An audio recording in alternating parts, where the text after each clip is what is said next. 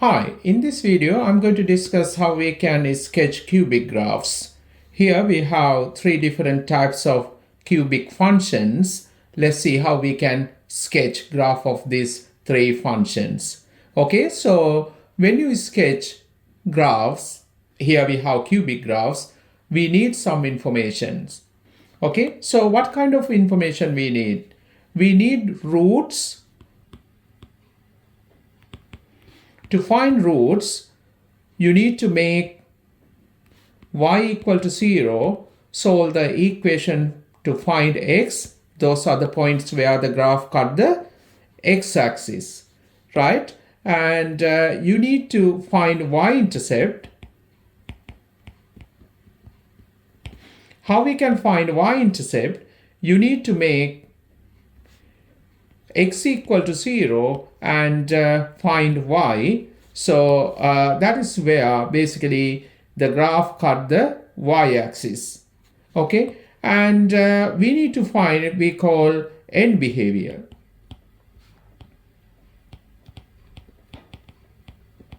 Right? What is that? How we can find end behavior? Basically, we're going to check what's going to happen as x approaches to positive infinity. We're going to check what's going to happen to y, and also we're going to check as x approaches to negative infinity, we're going to check what's going to happen to y.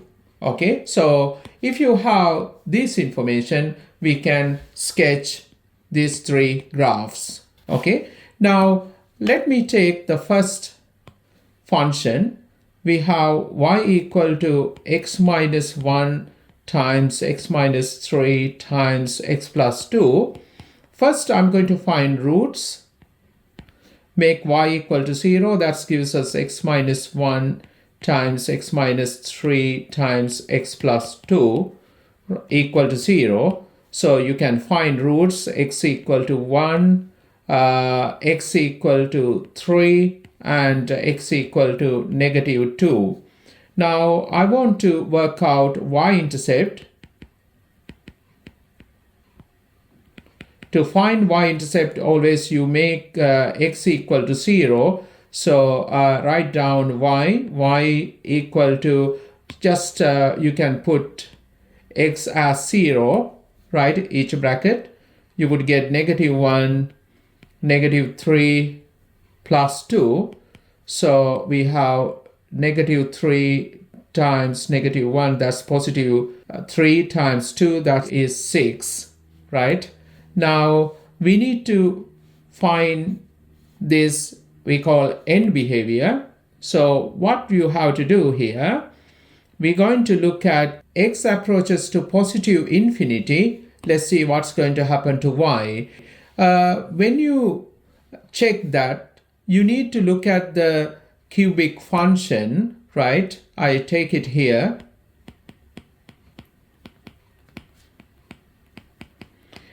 Here to check the behavior of y, we need only coefficient of x cube, right? You can see that if you multiply this by this, you're going to get x square times x cube. Essentially, we need to look at the sign of that coefficient of x cube. You can see here we have positive coefficient. Therefore, x cube going to get positive coefficient. So if you write it, you would get 1x cube. Other terms, I'm not going to write here. If you want, you would get this kind of expression, right? bx square plus cx plus d, right? Now I just look at coefficient of x cube. Now what's going to happen when x approaches to positive infinity, right? So when x approaches to positive infinity, you can see that if you, let's say, substitute very large value into x here, these terms you can ignore because you take in a higher power to that very large number. So if you compare to infinity square and let's say infinity cube, right? So this number is very, very large when you compare to this expression, right? So therefore, this term is enough. I can see that when x approaches to positive infinity, y also approaches to, if you want, you can substitute positive infinity, you take cube to that number. So the idea is now if you take cube to very, very large positive number, you're going to get another, again, the very, very large positive number. It's just we write it as positive infinity, right? So just we need to know whether it is a positive large number or negative large number. Here we get in positive large number. So the behavior is now as x approaches to positive infinity, y also approaches to positive infinity. Okay, so we have that information. Now I'm going to look at this as x approaches to negative infinity. Let's see what's going to happen to y, right? Again, I just look at this term, right? I'm going to substitute, basically we not write in equal sign here because it's not a particular number, right? Infinity is very, very large number, but we don't know how big that number. So it is not fair to write y equal to infinity or x equal to infinity. Okay, so now what's going to happen to y when x approaches to negative infinity? So we have positive x cube, right? I look at this sign, right? The coefficient of x cube. Now we're going to substitute negative infinity into x, right? So here, what you need to know, if you take odd power to negative number, so you always going to get negative number. So you need to know that. Let me write it here if you want, right? If you take negative number, if you take odd power to that negative number, result is always negative, right? And if you take even power to a negative number, you're going to get positive number, right?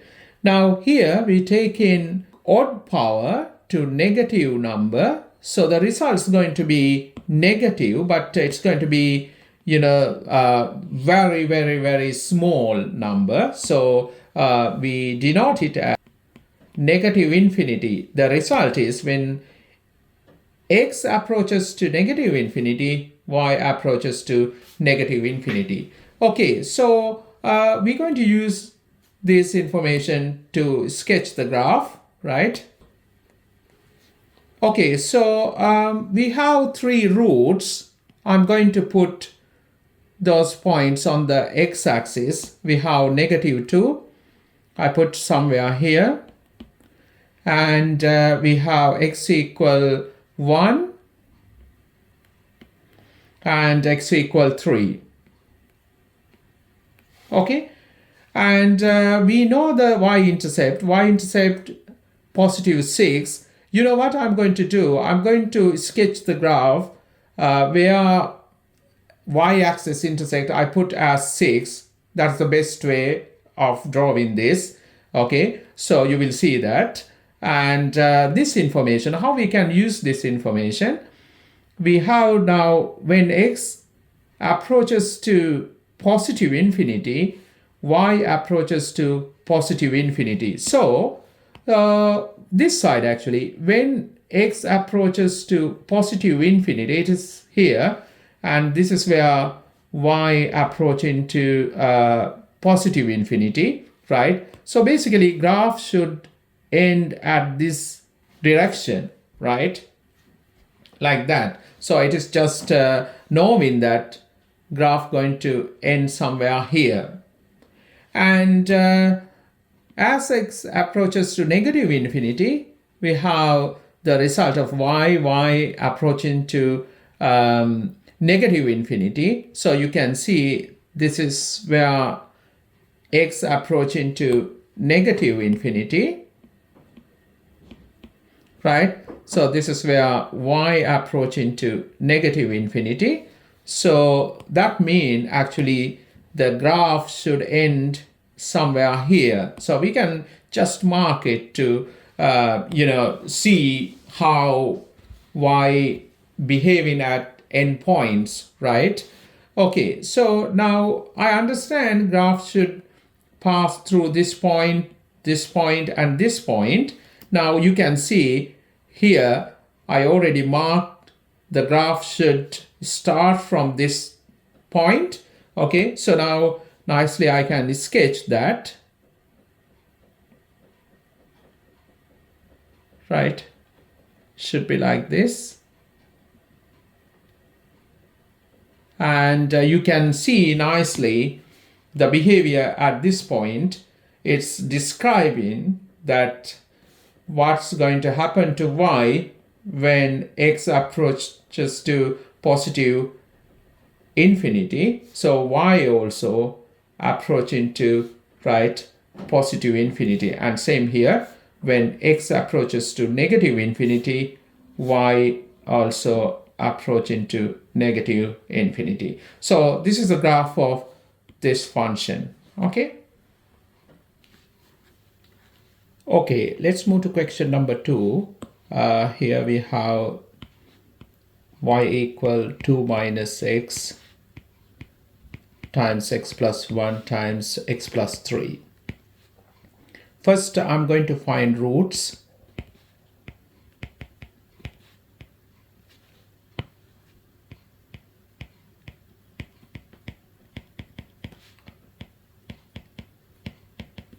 So when you solve this equation, you would get x equal to 2, x equal to negative 1, or x equal to negative 3. Now I'm going to find y-intercept.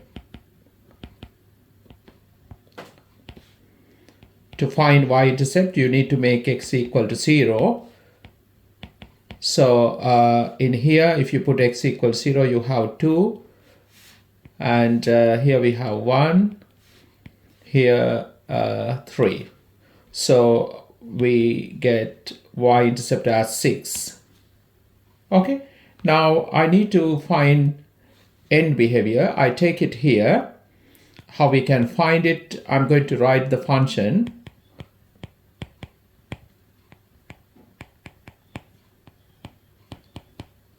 Right, I mentioned that to find what's going to happen to y when x approaches to positive infinity, we need to look at the coefficient of x cubed term. So you can see that here we have negative x. So if you multiply these two, you're going to get negative x squared times by positive x. So we're going to get y equal to negative x cubed.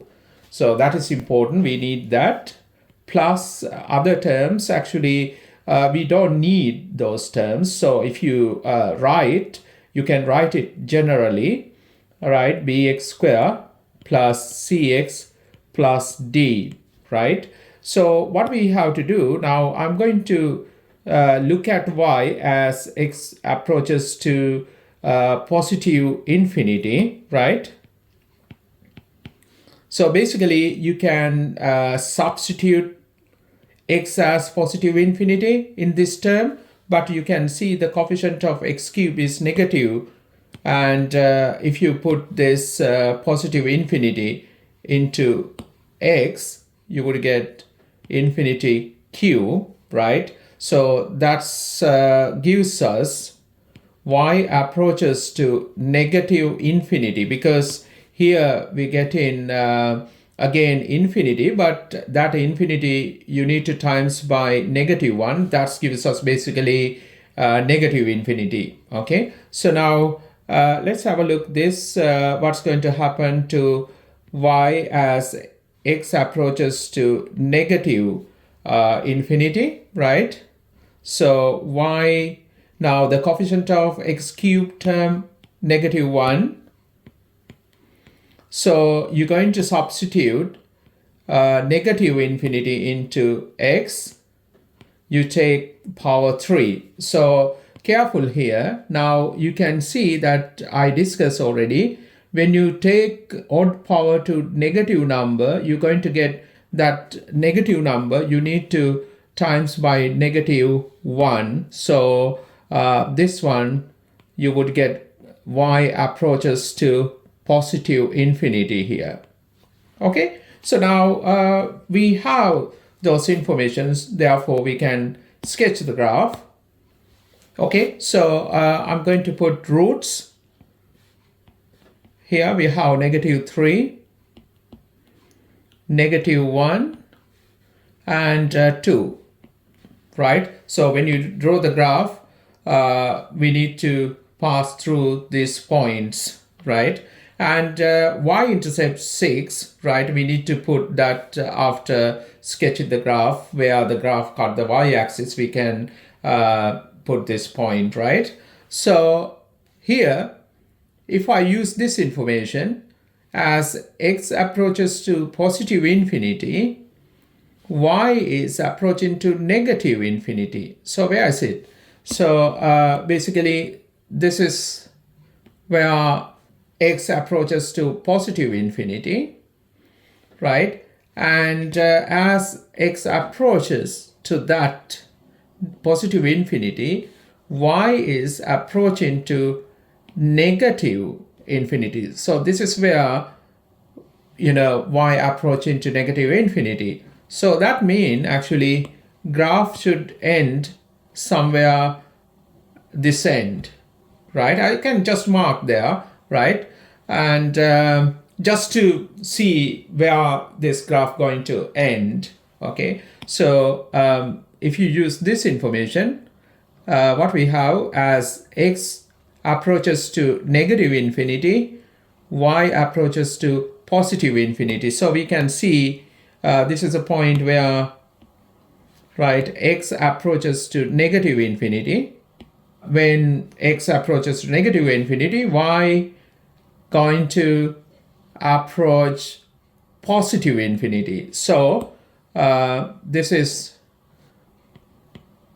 positive infinity for the y, right? So then we can actually mark the region, right? Graph should end somewhere here when x approaches to negative infinity. Y should approach to positive infinity, right? So that means graph should end somewhere here. Okay, so that means we can nicely draw the graph, right? Starting from here, like this, and finishing there. See, we nicely get in the shape, right? Okay, so we can draw it now.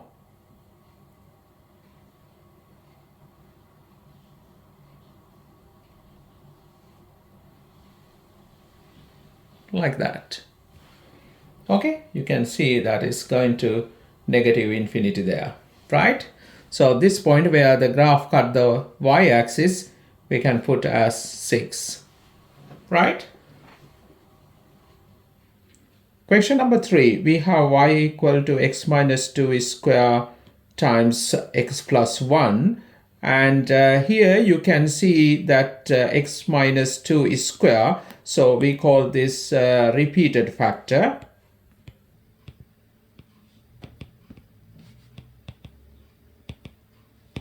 Let's see how the behavior at this point when you sketch the graph of this function. Okay, so now I need this information. First, I'm going to find roots.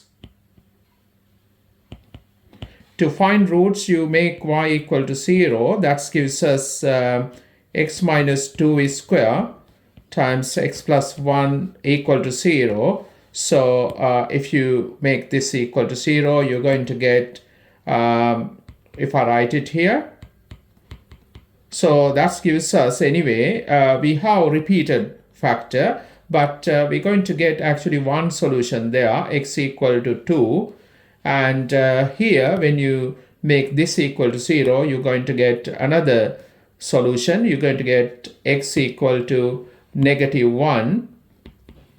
Okay, so basically we have two roots. Okay, so I need y-intercept. To find y-intercept, I'm going to make x equal to 0. So you would get, if you put x equals 0 here, you have -2 is square, and put x equals 0. That gives us 4 times 1, y-intercept is 4, right? And now I'm going to work on endpoint behavior.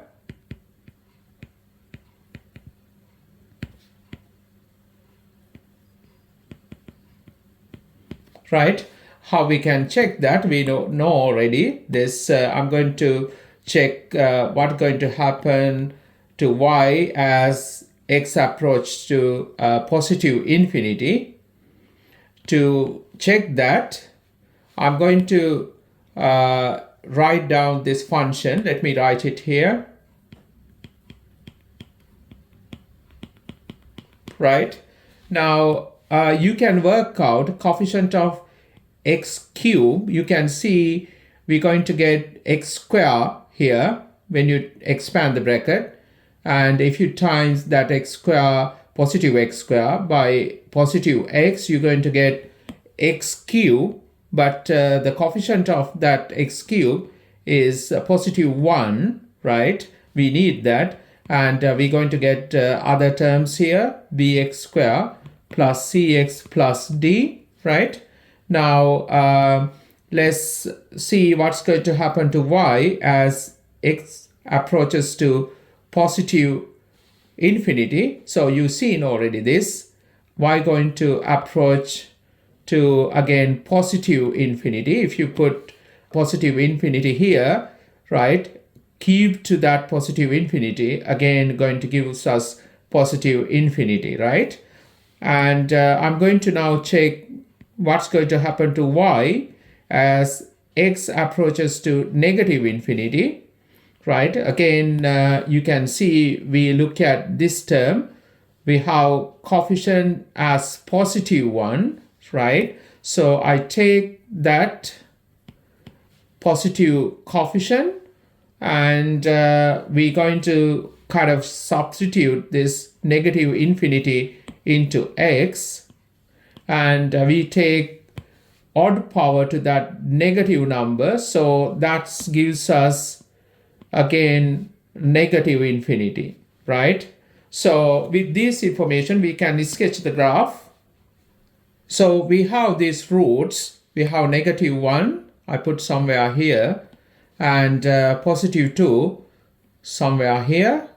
Now, I mentioned about this, when x equal to, we call it repeated factor. That gives us actually repeated root. Okay, so graphs should cut x-axis basically at these 2 points only, right? Now we have y-intercept as 4. I'm going to put that later after sketching the graph, where the y cut the x-axis, we can put it as 4, right? So its basic idea is now it should cut y-axis somewhere here, right? This side on the y-axis. Okay, we can get that information. Okay, so now we're going to use this information, right?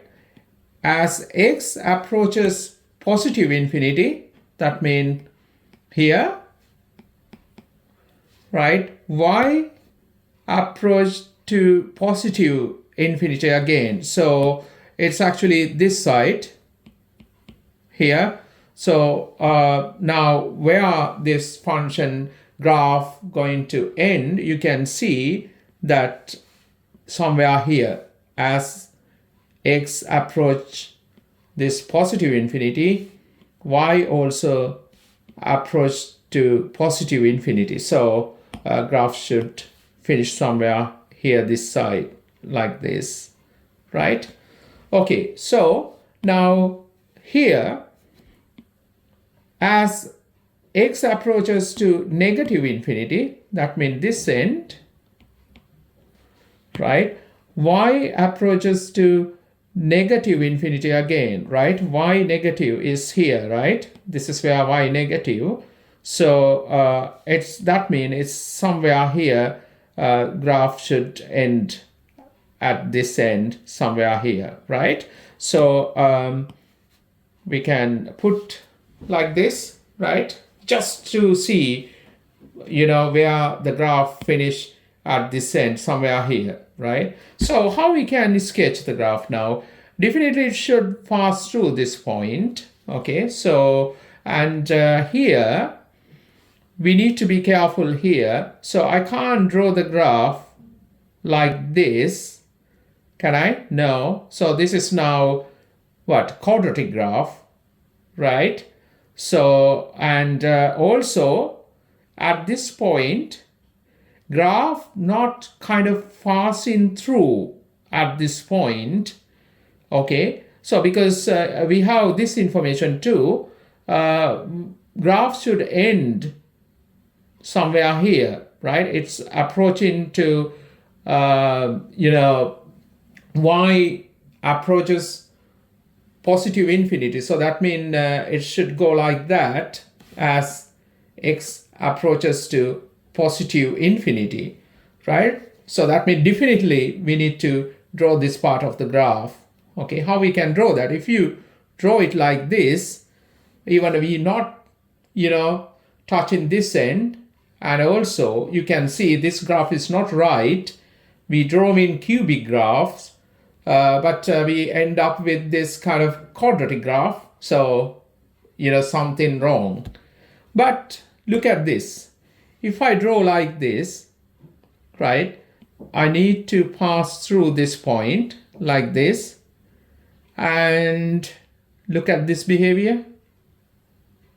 Like this, right? You can see that this graph touch the x-axis at this point. That is what is going to happen, right? When you have repeated root, always at that point, x-axis going to be tangent to the graph of cubic function. Remember that, okay? So always, if you have repeated root, x-axis going to be tangent to the graph. You can see that it's just touched the x-axis at this point. Okay, that is the behavior when you see repeated factor in the quadratic function.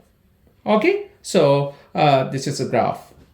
And also here, where the graph cut the y-axis, we can put it as 4, and you can see no contradiction. Nicely, the graph, cut the y-axis somewhere here. It is positive y-axis, right?